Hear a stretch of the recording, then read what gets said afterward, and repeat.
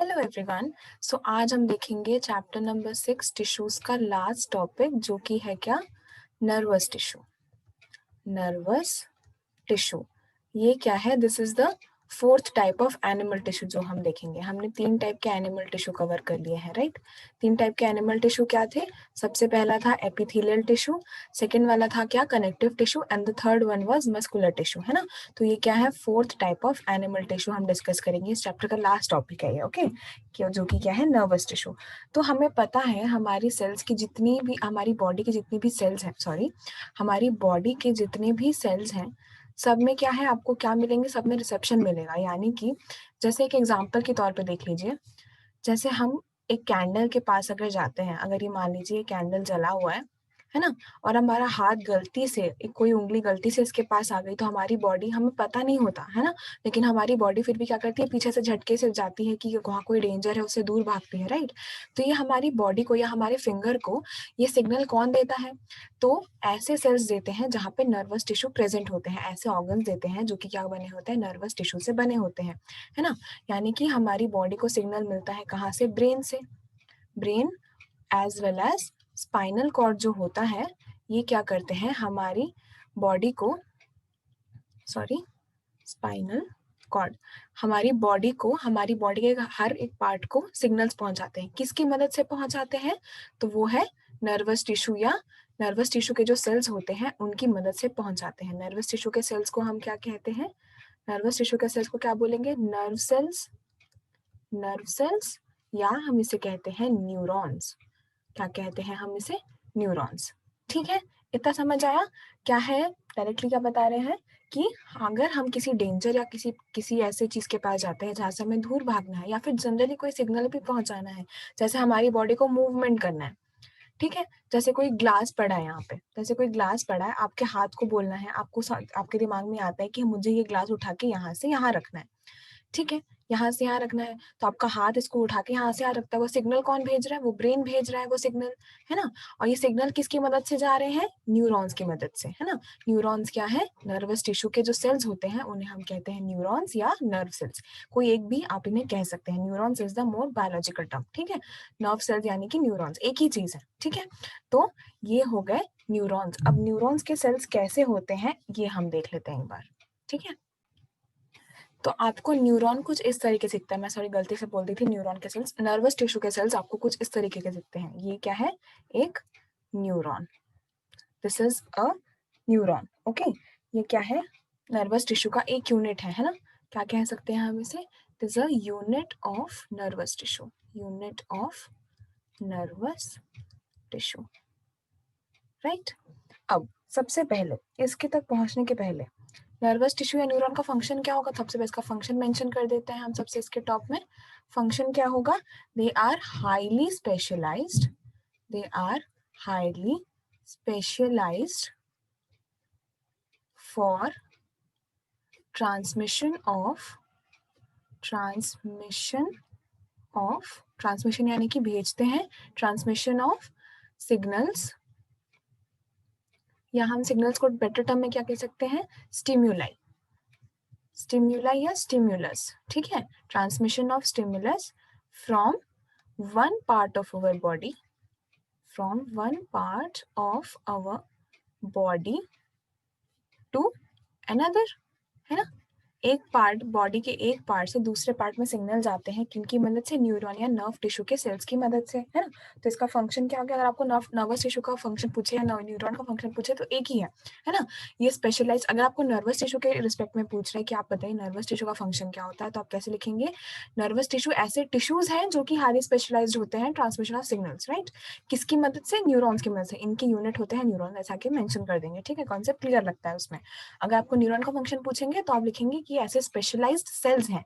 बस हमें जो हमारे फंक्शन में है वहां पे हमें टिश्यू पूछा तो टिश्यू मेंशन करना है, न्यूरॉन पूछ रहा है तो सेल्स मेंशन करना है, राइट। हमें अगर लेकिन टिश्यू पूछ रहा है तो उसमें मेंशन कर देना ये पॉइंट कि क्या होता है, न्यूरॉन उसका एक यूनिट होता है जिसकी मदद से पूरा नर्वस टिश्यू काम करता है ना, ठीक है। अब अब हम देखते हैं कि ये हमारा न्यूरॉन कैसा दिखता है ना। तो सबसे पहले हम न्यूरॉन को दो पार्ट में डिवाइड कर सकते हैं। ये आपको एक पार्ट दिख रहा है, ये एक पार्ट दिख रहा है। ऐसे मान लीजिए यहाँ से दो पार्ट है, ठीक है। ये सामने वाला एक पार्ट है जिसको हम क्या कहते हैं? Cell body. ये क्या है? Cell body. सेल बॉडी क्यों कह रहे हैं? क्योंकि यहाँ पे आपको दिख रहा है एक प्रोमिनेंट न्यूक्लियस। ये जो बीच वाला आपको पोर्शन दिख रहा है डार्क ब्लैक का, वो क्या है? न्यूक्लियस है ना, एक प्रोमिनेंट सर्कुलर न्यूक्लियस प्रेजेंट रहता है। और ये जो हेयर लाइक प्रोसेसेस है, ये क्या है? डेंड्राइट्स। ठीक है, ये क्या है? Hair like processes. कैसे डिस्क्राइब कर सकते हैं हम इन्हें? These are hair like processes. Hair like processes क्यों बोल रहे हैं? क्योंकि बहुत ही थिन दिख रहे हैं, राइट? तो these are hair like processes. Second जो ये है, इसे हम क्या कहते हैं? एक्सॉन। इस पूरे को हम कहते हैं एक्सॉन। इसके ऊपर ये जो लाइन जा रही है बीच से, जो येलो वाली जा रही है, वो क्या है? हमारा एक्सॉन। लेकिन इस पूरे को हम क्या कहते हैं? एक्सॉन कहते हैं एक तरीके से, क्योंकि इसके बीच से एक्सॉन जा रही है। इसके ऊपर जो आपको ये ब्लू कलर के कवरिंग्स दिख रहे हैं, दीज कवरिंग्स, ये जो कवरिंग्स दिख रहे हैं आपको ऊपर और नीचे, जो इस एक्सॉन की यानी कि नर्व सेल को कवर कर रही है, ये क्या है? Myelin sheath. यहाँ पे लेबल नहीं है बट हम लेबल कर सकते हैं, ये क्या है? Myelin sheath. Myelin sheath, okay. ये क्या हो गए? Myelin sheath. और ये लास्ट में जो आपको क्या दिख रहे हैं, ये जो आपको दिख रहे हैं ऐसे करके निकल रहे हैं, एक्सॉन के आगे जो प्रोसेसेस हैं वो क्या है? Nerve endings. तो अब ट्रांसमिशन कैसे होता है सबसे पहले वो बता देती हूँ मैं। तो जैसे मान लीजिए एक न्यूरॉन तो प्रेजेंट नहीं है, बहुत सारे न्यूरॉन्स प्रेजेंट रहते हैं हमारी बॉडी में। अच्छा, एक और बात आपको याद रखना बहुत जरूरी है कि जितने न्यूरॉन्स हैं हमारी बॉडी में वो एक बार अगर प्रोड्यूस हो गए, मतलब हमारी बॉडी में बर्थ के टाइम में जितने प्रोड्यूस हो गए, उसके बाद वो आगे और रीजनरेट नहीं करते हैं। ओके, मतलब अगर ये डिस्टर्ब, कोई एक न्यूरॉन अगर डैमेज हो गया, अगर एक कोई न्यूरॉन डैमेज हो गया, तो वहां पे कोई और न्यूरॉन उसकी जगह नहीं ले सकता। ठीक है, तो ये आपको बहुत अच्छे से याद रखनी है। अगर हमारे बॉडी में दूसरे कोई सेल्स, एपिथेलियल सेल्स मैंने बताया था, अगर वो डैमेज हो जाता है, अब हम इसको ट्रांसप्लांट कर सकते हैं, कुछ ऐसा कर सकते हैं ना। एपिथेलियल टिश्यूज तो जनरेट भी हो सकते हैं, रीजनरेटिव है ना। तो लेकिन जो न्यूरॉन्स है वो रिप्लेसेबल नहीं है, वो अगर डैमेज हो गया तो वो परमानेंट डैमेज होते हैं। ये आपको पॉइंट याद रखना है, ठीक है, अपने नॉलेज के लिए। अच्छा, तो हमारी बॉडी में एक तो न्यूरॉन प्रेजेंट नहीं होगा, बहुत सारे न्यूरॉन्स प्रेजेंट है, मतलब ये सेम स्ट्रक्चर आपको यहाँ पे भी एक न्यूरॉन मिलेगा और इसके बाद भी आपको एक न्यूरॉन मिलेगा, यहाँ पे भी एक न्यूरॉन रहेगा, राइट। इसके आगे भी ऐसे लाइन से न्यूरॉन्स है ना। तो क्या होता है, आगे वाले न्यूरॉन्स के एंडिंग में भी आपको ऐसे मिलेगा, ऐसे ही नर्व एंडिंग्स मिलेंगी। उसमें से यहाँ पे ये क्या करता है, ये कैच करता है, ये जो डेंड्राइट्स हैं ये आगे के सिग्नल्स कैच करते हैं। सिग्नल्स यहाँ से ट्रैवल करके यहाँ आएंगे। और ये माइलिन शीट जो होता है ये इंसुलेटिव लेयर की तरह काम करता है। This acts as an insulative layer, जो कि बना होता है फैटी एसिड्स का, है ना। इंसुलेटिव लेयर से बना होता है ये। और जितने भी हमारे सिग्नल्स, अगर माइलिन प्रेजेंट है, अच्छा अगर माइलिन प्रेजेंट है, ये पॉइंट भी समझ लीजिए, अगर माइलिन शीथ प्रेजेंट है, अगर माइलिन शीथ क्या है? प्रेजेंट है, so we call that nerve as myelinated neuron. Myelinated neuron, ठीक है, माइलिनेटेड न्यूरॉन। अगर माइलिन शीथ क्या है? एब्सेंट है, तो हम ऐसे नर्व सेल को क्या कहेंगे, या ऐसे न्यूरॉन को क्या कहेंगे? नॉन माइलिनेटेड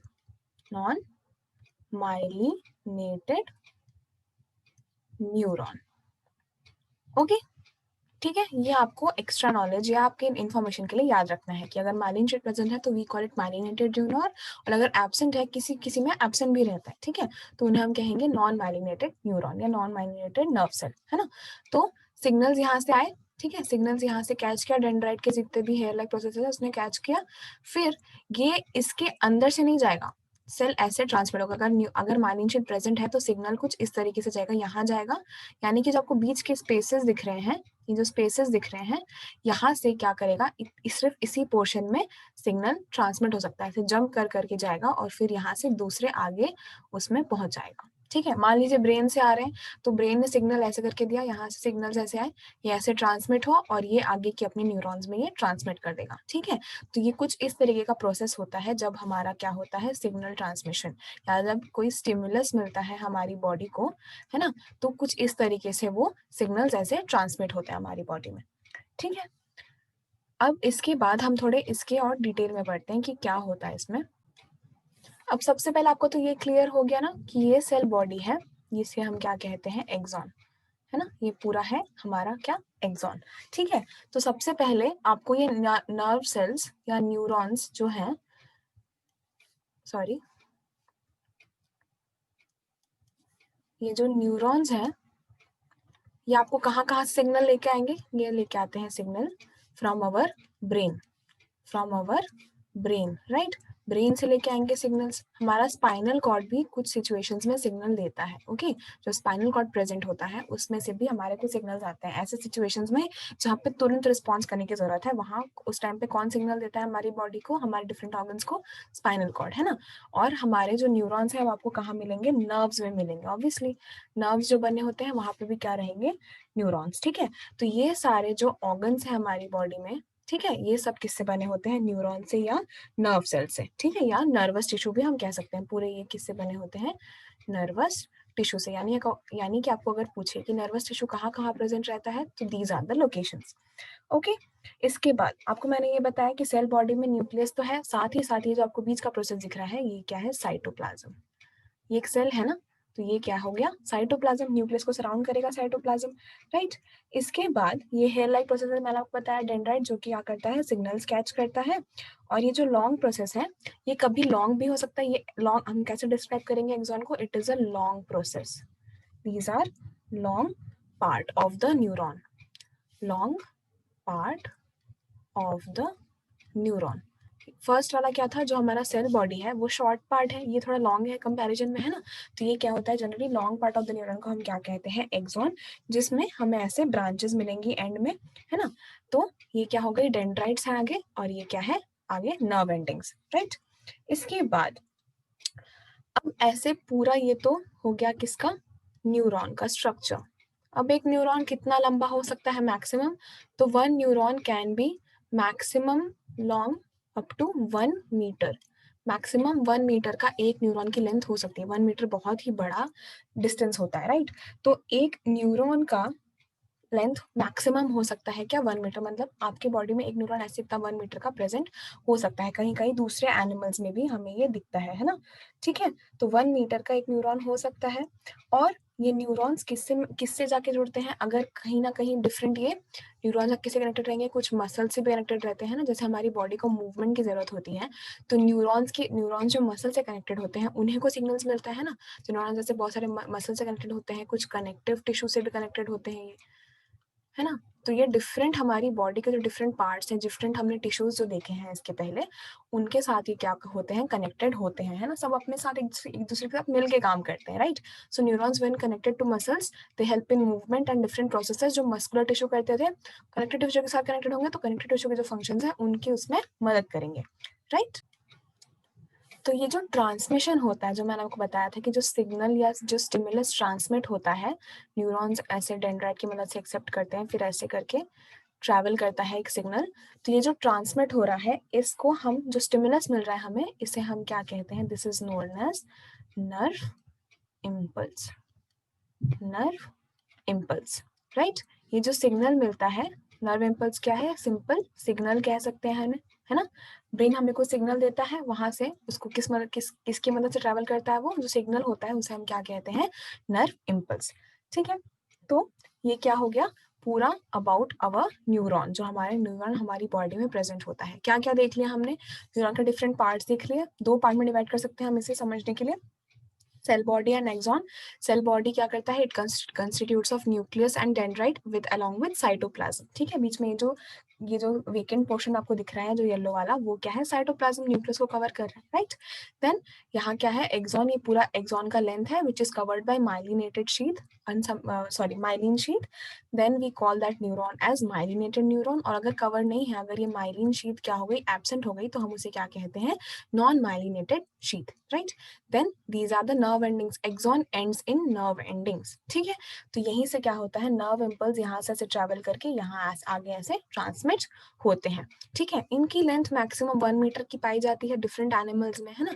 और न्यूरॉन्स की मदद से क्या होती है? हमारी बॉडी में जैसे मूवमेंट होता है मसल्स में, अगर न्यूरॉन्स मसल से कनेक्टेड है तो हमारी बॉडी में मूवमेंट होगा, है ना? ये क्या होता है? ये मैक्सिमम एनिमल्स में, है ना? जितने भी एनिमल्स हैं सब में क्या करता है? ये बेसिक मूवमेंट के लिए रिस्पॉन्सिबल होते हैं क्या? न्यूरॉन्स, है ना? अब तक हम पढ़ रहे थे कि मसल्स की वजह से हमारी बॉडी में मूवमेंट होता है, लेकिन मूवमेंट मसल्स को मूवमेंट करने की कमांड कौन देगा? न्यूरॉन्स की मदद से ही आते हैं वो, है ना?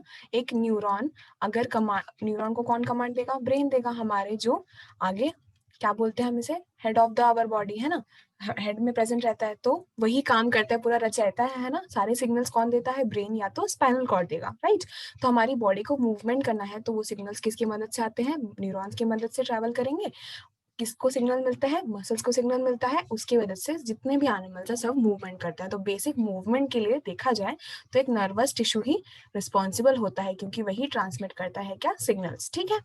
अच्छा, तो आपको लग रहा होगा कैसे कुछ केसेस में जहाँ पे मूवमेंट नहीं होता है ना, जहाँ पे अगर न्यूरॉन्स या कुछ नर्व सेल्स डैमेज हो जाती है, तो वहाँ पे अगर हमारा ब्रेन सिग्नल भी भेजे, ठीक है, ऐसे कुछ केसेस में जैसे कुछ पैरालिसिस हो गया, कुछ डिफरेंट केसेस दिखते हैं हमें, तो वहाँ पे क्या होता है, अगर न्यूरॉन्स डैमेज हो जाते हैं, इफ न्यूरॉन्स आर डैमेज्ड, तो वहाँ पे अगर ब्रेन हमारा चाह भी रहा है कि हमें मूवमेंट करना है, तो न्यूरॉन्स की मदद से तो सिग्नल्स नहीं पहुंच पा रहे हैं मसल्स में सिग्नल्स नहीं पहुंच पा रहे हैं, है ना, तो इसलिए मसल्स मूव नहीं कर पाते हैं, ठीक है। तो यही इसी वजह से अगर न्यूरॉन्स डैमेज हो गए तो वो आगे रिपेयर नहीं हो सकते, ठीक है।